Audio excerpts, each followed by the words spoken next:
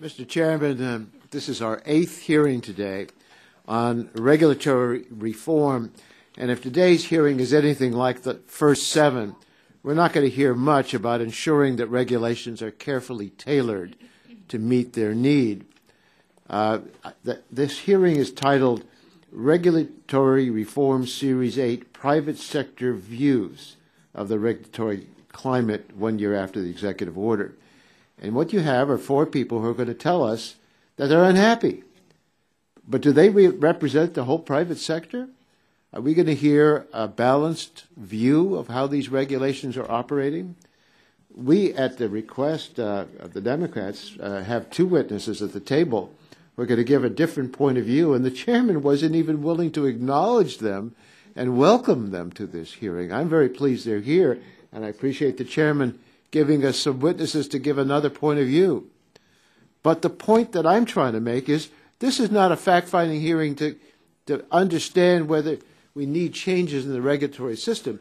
This is a hearing to hear anecdotes from 4 people from 4 different industries about their complaints. And I don't want to diminish or minimize the genuineness of what they have to say, but this is not a balance. For example, we're going to hear from a fellow Californian,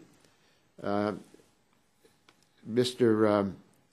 Andrew Putzter, who runs Carl's Jr. and Hardee's restaurant chains, and he's here to tell us that he doesn't like the inflexible and costly regulations stemming from the Affordable Care Act, although he glosses over the flexibility that allowed his company to receive a waiver from important medical loss ratio regulations. He's also going to criticize the new menu labeling laws. I'm interested in his criticism. But that law was supported by the National Restaurant Association. They're in the private sector as well. And they strongly supported these regulations. They called it a win for both restaurant owners and guests. We also have Kimber Shoup of the Oklahoma Gas and Electric Company. His company received important benefits from the Affordable Care Act, collecting almost $700,000 to help continue providing affordable health care coverage to their early retirees. But that's not why he's here. He's here to complain about regulations that he finds troublesome. Well, what we have is a hand-picked group of 4 people to give a certain perspective on regulations. And this perspective is the Republican perspective that we've been hearing over and over and over again. I could call it a rush to judgment, but it's not even that. It's a statement of a political point of view. This hearing, as the others we've held on this subject, have been focused on politics over policy, more focused on attacking the president than working with us and him in a bipartisan way to solve America's problems. I don't have high hopes for this hearing, although I'm pleased that the witnesses are here, and I'm pleased that we have 2 additional witnesses to give us some bit of another point of view. We can't make decisions by anecdote. We've got to have data. We've got to have a debate. We've got to hear different points of view as we're urged to make decisions. But I have high hopes for one of our witnesses to clear up an important matter from a previous committee hearing.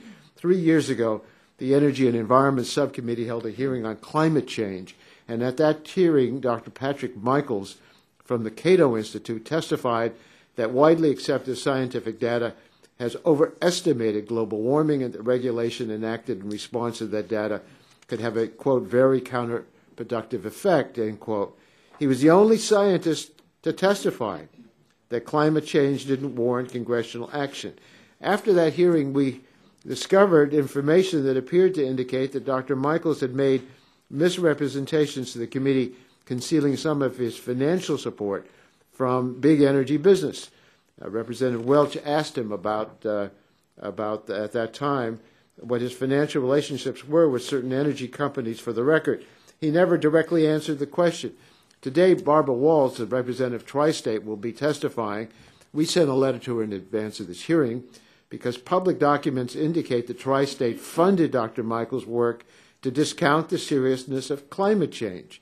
I'm sure that's in the interest of a company, but that might well indicate that he had some kind of reason to come up with the conclusions he wanted. I think we need to, for this committee, understand this matter further.